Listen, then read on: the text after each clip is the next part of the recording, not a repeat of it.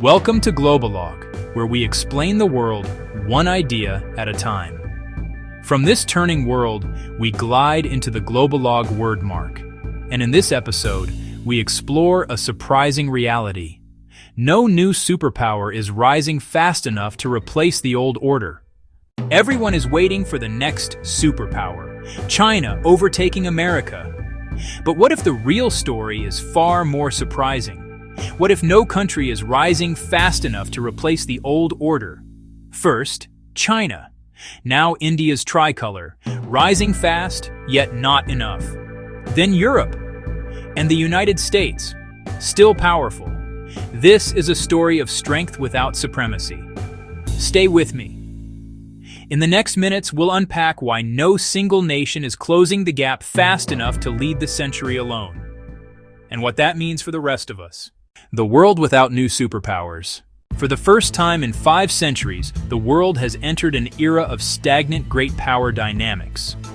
On one side, Washington glows at golden hour while a GDP growth line eases and then flattens on the overlay, a quiet signal that momentum across leading economies has stalled.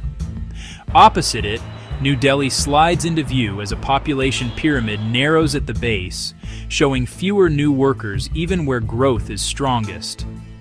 No major country, not even the fastest growers, is expanding demographically, economically, or technologically fast enough to overturn the existing global order.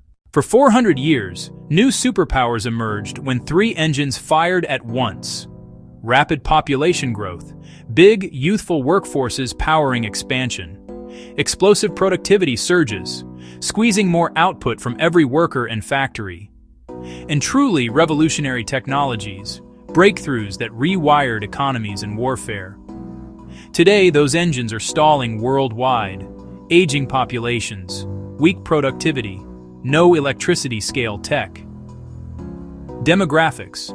Most advanced economies sit below replacement fertility, and median ages keep climbing. Productivity. Gains have downshifted since the 2000s, capping growth even in well-run economies. Debt. Record public and private leverage narrows fiscal space and dampens risk-taking. Technology. Progress is steady, but nothing yet with the civilization-scale punch of electricity or the internet. We still get innovation and growth, but not the transformative, geopolitically shocking kind that creates new hegemons. China was the great exception, the last country to ride population, productivity, and technology engines all at once. For a time, many expected it to become the uncontested superpower of the 21st century. But since around 2020, China's share of the world economy has flattened, the curve bending from steep ascent to a near-level line. Behind that plateau, a prolonged property slump, softer domestic demand, and elevated youth unemployment, leaving storefronts quiet and investment more cautious. Idle cranes signal overbuilt real estate, excess capacity, and developers constrained by debt, cooling one of the economy's former growth engines. In short, China's global GDP share is stabilizing rather than rising, even as output grows from a much larger base. Meanwhile, debt burdens, including local governments and off-balance sheet vehicles, raise financing costs and narrow room for stimulus. Productivity growth that surged in the 2000s has slowed in the 2010s and early 2020s, weighed by demographics, regulation, and maturing catch-up gains. The workforce has peaked, and births have fallen to modern lows. Demographic headwinds are intensifying. China remains the world's largest industrial power with a near-peer military. But the explosive catch-up phase is over. It is no longer closing the gap fast enough to reorder the world on its own. India is now the only major economy growing steadily above 6 to 7%, often outpacing the United States over the last decade. Momentum is real, and the base is getting larger, not just a post-pandemic rebound. It also has a young population and time on its side, the demographic window many rivals have already lost. On the comparative bars, India leads on headline growth, but from a smaller base. Its share in global output is rising, yet still trails the United States and China. Manufacturing depth and productivity must climb for that rise to translate into durable power. GDP per capita remains a fraction of China's and far below the US, a reminder that scale and prosperity are different hurdles. On the Economic Complexity Index, India is still mid-tier.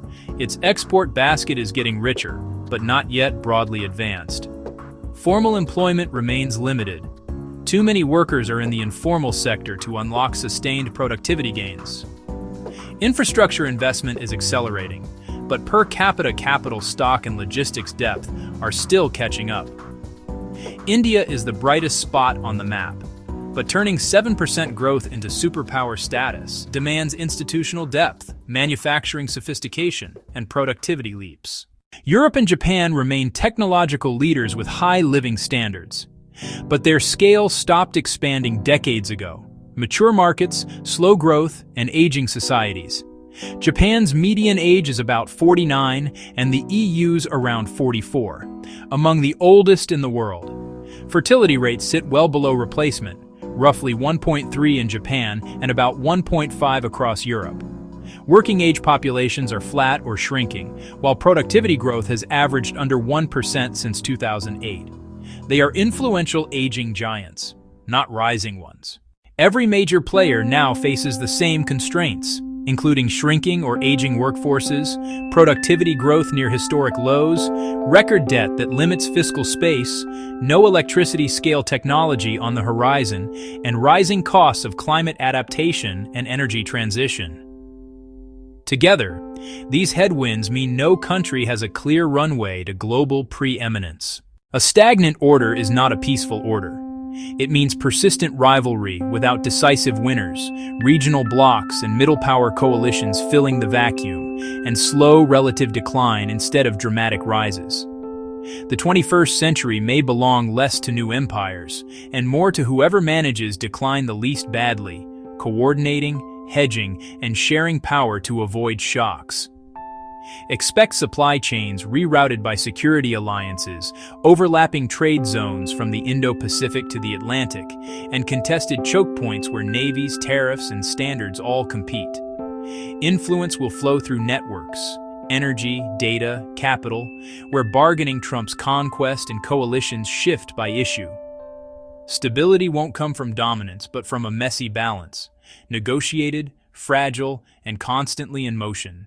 We are entering a new geopolitical era, defined by resilience rather than explosive growth, by managing decline rather than riding ascendance. No single country, not China, not India, not the US, not Europe, is rising fast enough to dominate this century alone. Instead, advantage will belong to coalitions, to institutions that endure, and to societies that can adapt. That is the world we must learn to navigate. If you want more clear explanations of our changing world, subscribe to Globalog, and let's keep making sense of it, one idea at a time. Tap subscribe, and see you in the next one.